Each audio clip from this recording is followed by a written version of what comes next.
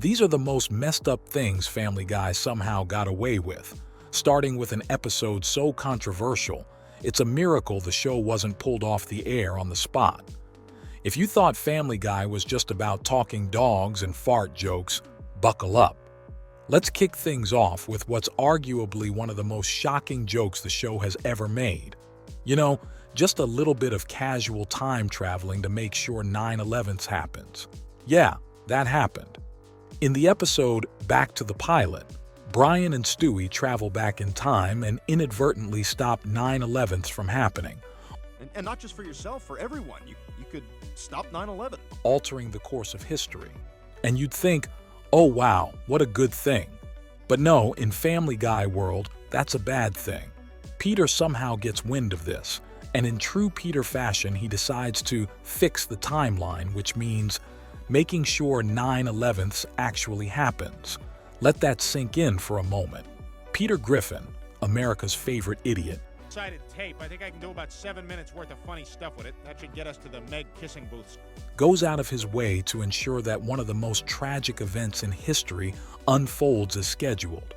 He justifies this by saying, well, some things shouldn't change. Casual, right?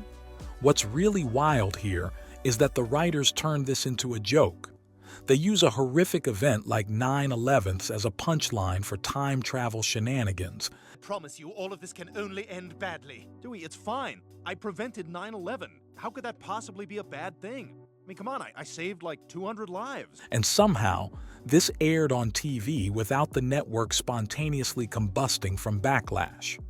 Sure, Family Guy is known for crossing the line, but this isn't just crossing the line.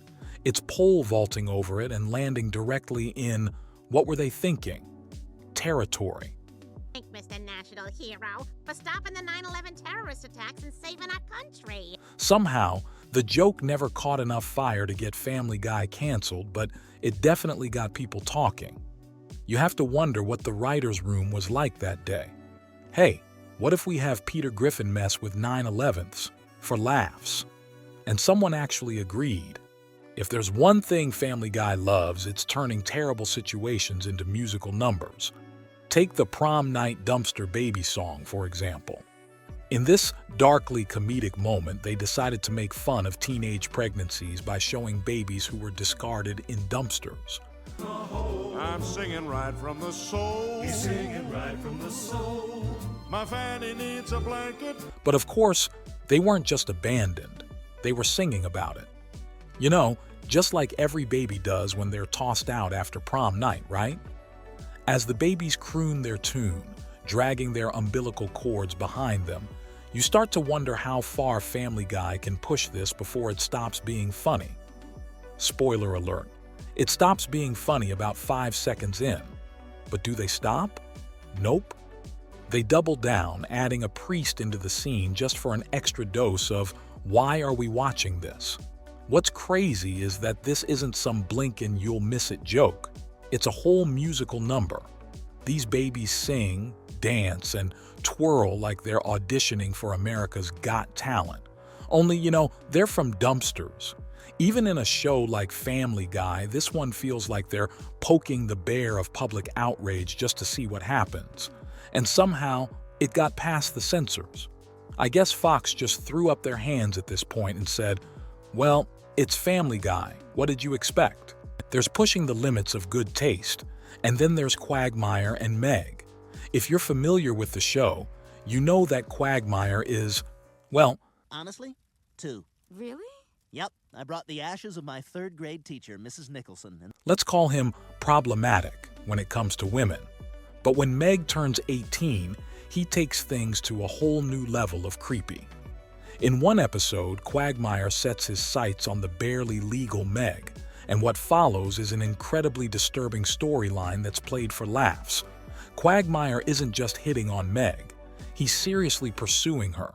on approach into Lambert Field in some of the worst turbulence I've ever flown through. I mean, I have never seen anything like it. They go on a date, and Quagmire even takes her to his cabin in the woods, because that's totally where you should take an 18-year-old. Everything about this feels wrong, and the fact that it's meant to be a joke doesn't make it any less unsettling. So, how your studies going? They're going pretty good. School's good. What's your favorite class? What was your favorite class? Okay, let's say it at the same time and see if they're the same. It's like the writers wanted to see just how far they could push Quagmire's sleaziness, and they pushed it to the absolute limit. Peter, of course, eventually steps in to put a stop to things, but the fact that it even got this far? Let's be honest, if this were real life, Quagmire would be serving time. But in Family Guy world, it's all just one big joke. Yeah, she's really making me work for it. Maybe you could talk to her. Well, I'll try. But sometimes she can be as stubborn as a mule. There's edgy humor, and then there's just plain wrong. In one episode, Peter casually jokes about how hitting Lois would be funny if it were in a cartoon. And because this is a cartoon, he goes ahead and does it. Yeah, that actually happened. The slap happens so fast, you might miss it if you blink. But the real shock is how casually it's treated. Kids, so just treat him like one of the family. You mean like Cousin Janine, who were polite too, but then mock her diabetes on the drive home? Lois barely reacts, and the joke moves on like nothing ever happened. The normalization of abuse in that scene is what makes it so disturbing. It's one of those moments where you're left wondering how the writers thought this was funny in any context. The idea that you can just laugh off domestic violence because it's a cartoon, that's pretty messed up, even for Family Guy. Next up, we've got Family Guy's long-standing history of making jokes about Jewish people. Remember that episode where Peter finds out he's part Jewish? He's Jewish, Peter. Jewish, like full on, like you practice Jewism? I am a Jew. Prove it. What's a 9% tip on a $200 bill? Well, that's the cue for a whole parade of offensive stereotypes, and Family Guy delivers in spades. From jokes about money to comments about Jewish guilt, the episode is packed with every tired trope you can think of. The fact that this aired without major controversy is wild. Family Guy clearly leans into these stereotypes for shock value. Hey, if anyone appreciates a good yoke, it's the use. That's my Jewish laugh. I'm working on a Jewish laugh. But at some point, it stops being funny and just feels lazy. There's only so many times you can make the same offensive jokes before it gets old, and Family Guy pushes that boundary every time. We've talked about a few shocking moments, but this one might take the cake. In the episode Extra Large Medium, Chris falls for a girl with Down syndrome and sings a song about her. The title of the song? Down Syndrome Girl. Yeah, this is real. The song is upbeat and catchy, but the lyrics are wow. To look your best tonight, you tubby little parasite, 'cause there's a lovely lady and she's waiting for you. Chris basically lists all the things he'll overlook because of her condition, and it's played as if it's the sweetest thing ever. It's not. It's incredibly offensive. The fact that this was made into a full musical number with choreography only adds to the shock factor. Try a tie and boutonniere of yellow or a rose that shows that you're a classy fellow with the posh. This wasn't just a throwaway joke, it was a whole production. You have to wonder what the writers were thinking with this one. Making fun of disabilities is never a good look, but turning it into a catchy song, that's next level messed up.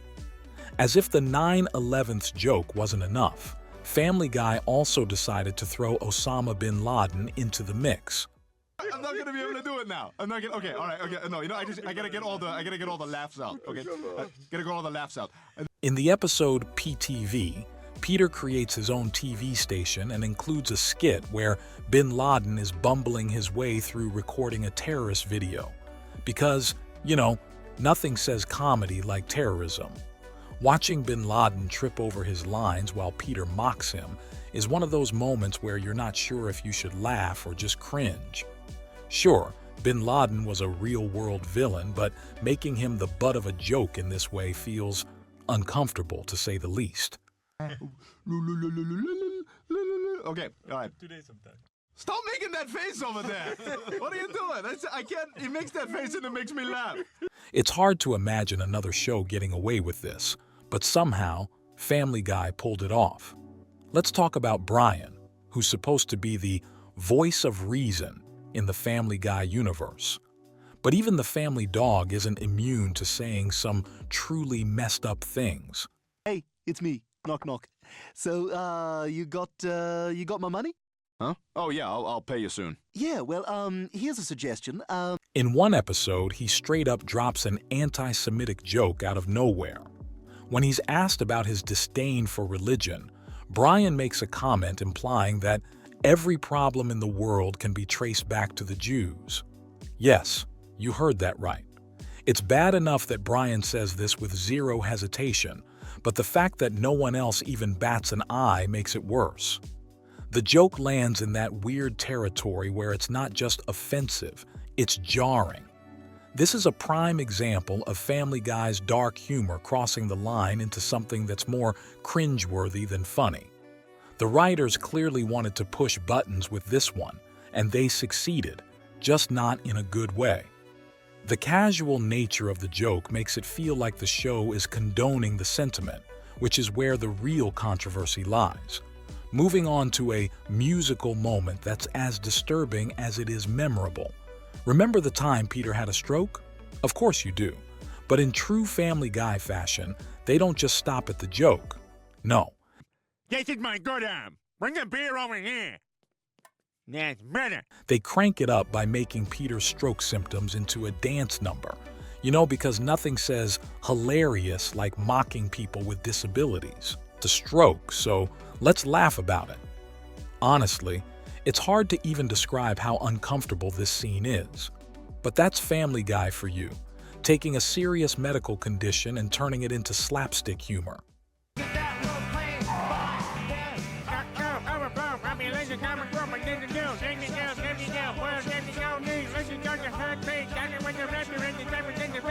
It's so over-the-top offensive that you almost can't believe they got away with it. Yet, somehow, they did. And the scene lives on as one of the most insensitive jokes the show has ever made. Man, they seem really upset. I was just trying to make people laugh. Dad, I'm worried they're gonna hurt us. No, they're angry, Chris, but they ain't gonna get violent. And now we arrive at a moment that crosses over into another beloved animated universe, The Simpsons.